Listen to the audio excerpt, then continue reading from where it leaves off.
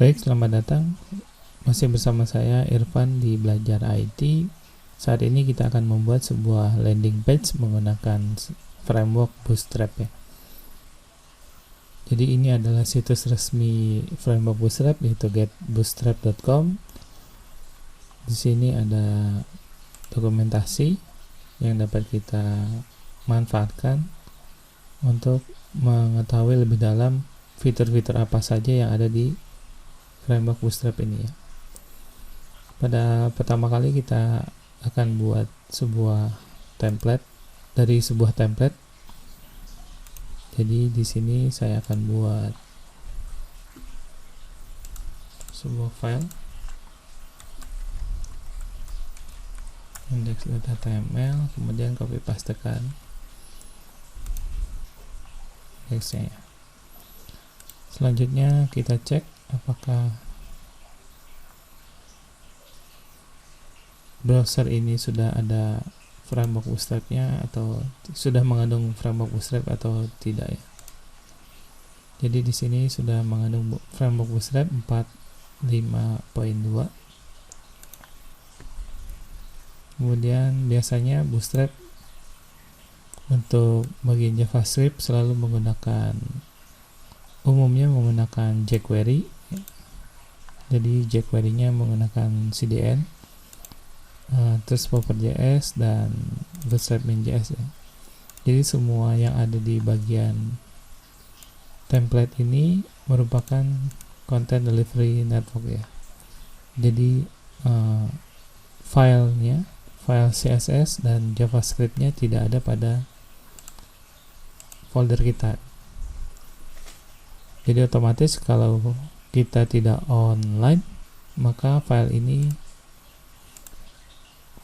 CSS dan JavaScript-nya tidak dapat diakses.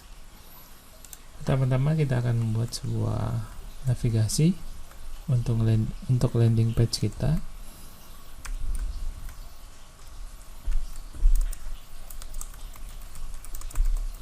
Saya akan beri judul Bootstrap 4 landing page.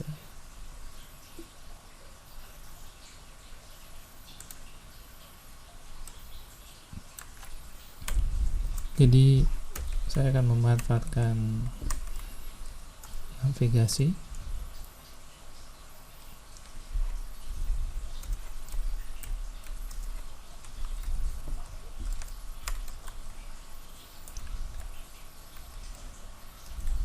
plus navbar, backgroundnya warnanya primary atau biru pada Bootstrap,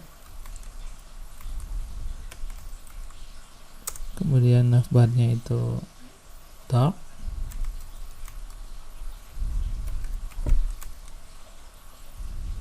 kemudian ketika dia dalam keadaan screen medium maka akan melebar ya.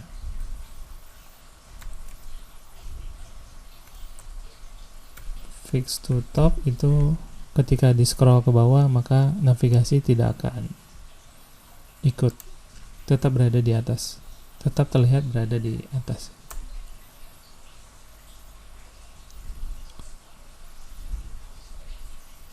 Selanjutnya saya akan membuat sebuah link dengan kelas navbar brand.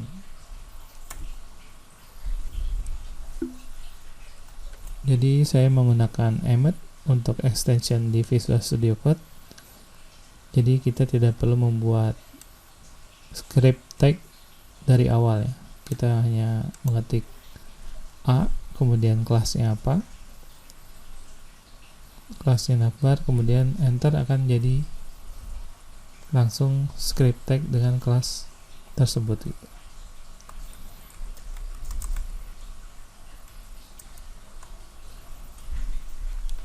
Kemudian setelah saya membuat, biasanya navbar brand itu sebuah logo atau nama webnya.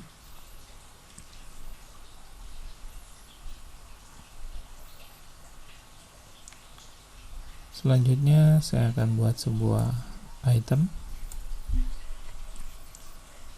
jadi div class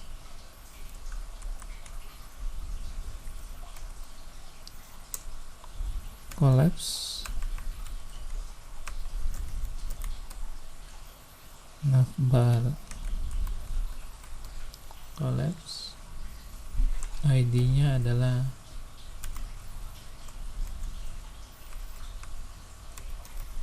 navbar nav. Jadi kelasnya ada dua, kelas collapse dan kelas navbar. Kemudian kelas navbar dash collapse, kemudian ID-nya adalah ID navbar. Di sini saya akan buat sebuah list, unordered list, kelasnya navbar nav, ID-nya navscroll. Kemudian saya akan membuat sebuah list item, kelasnya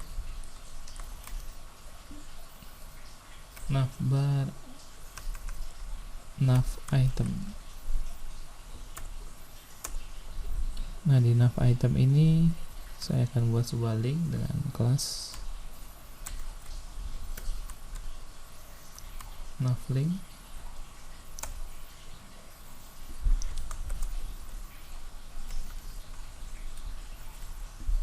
Kemudian isinya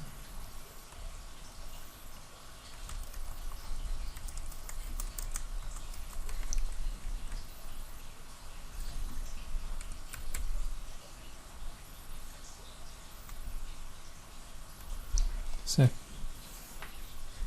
Kita akan lihat di browser. Ini adalah brandnya, ini adalah linknya. Saya akan duplikasi satu list item ini dengan memblok, kemudian menekan Shift dan Alt, kemudian tanda arrow ke bawahnya. 1, 2, 3, 4, 5, 6.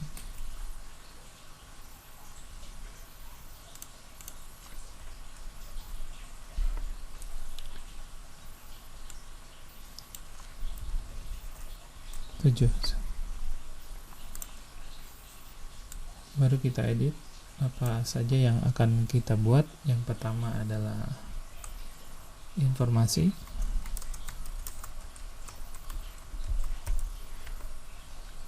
kemudian bagian video,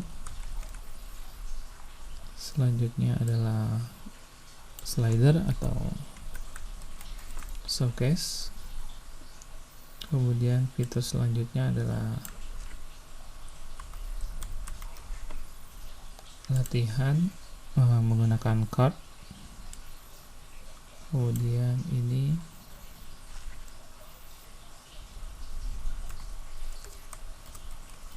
harga,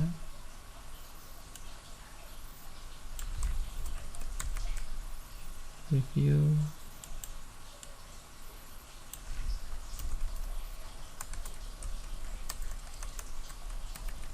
newsletter ya. Saya akan buat ID-nya yang sama.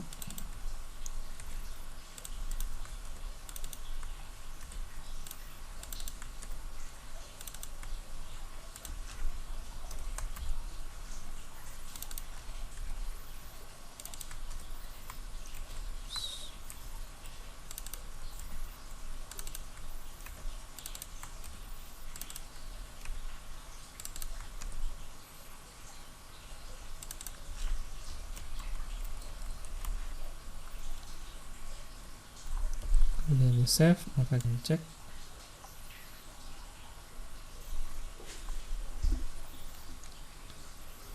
Ini adalah menu-menu awalnya. Kemudian kita cek responsifnya menggunakan inspect element, dan belum ada menu yang ditampilkan di bagian atas ya, di bagian responsifnya ya. Jadi kita akan buat sebuah toggle atau button di bagian kanan.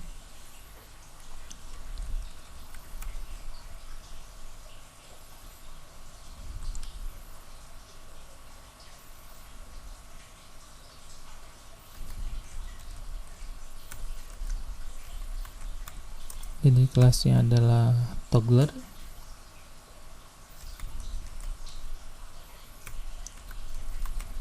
Toggler di bagian kanan.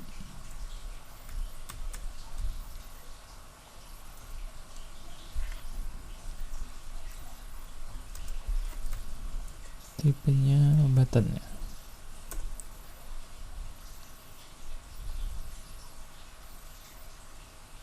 Jadi di sini kita akan manfaatkan icon menggunakan kelas span.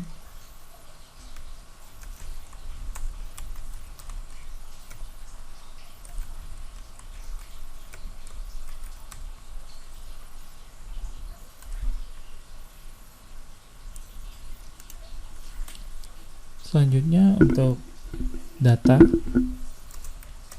apa yang akan kita lakukan menggunakan data toggle ini.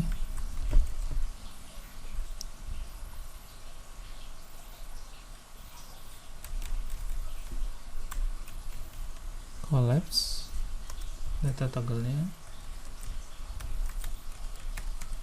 targetnya itu sesuai dengan ID-nya ya.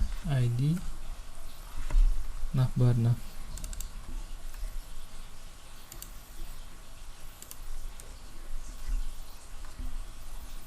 Kemudian area kontrolnya ketika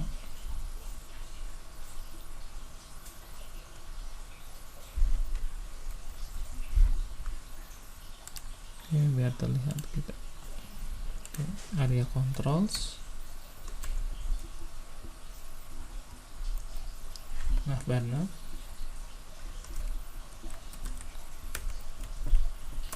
Area expand-nya false. Area labelnya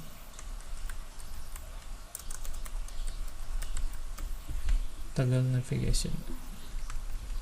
Oke, kita cek. Kita cek bagian responsifnya, maka sudah terlihat.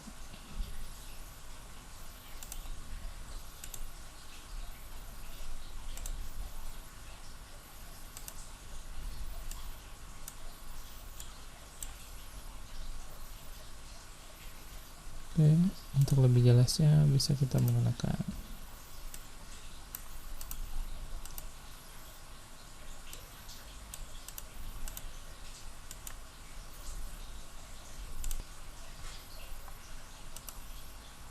jadi ketika responsif maka akan muncul icon togglernya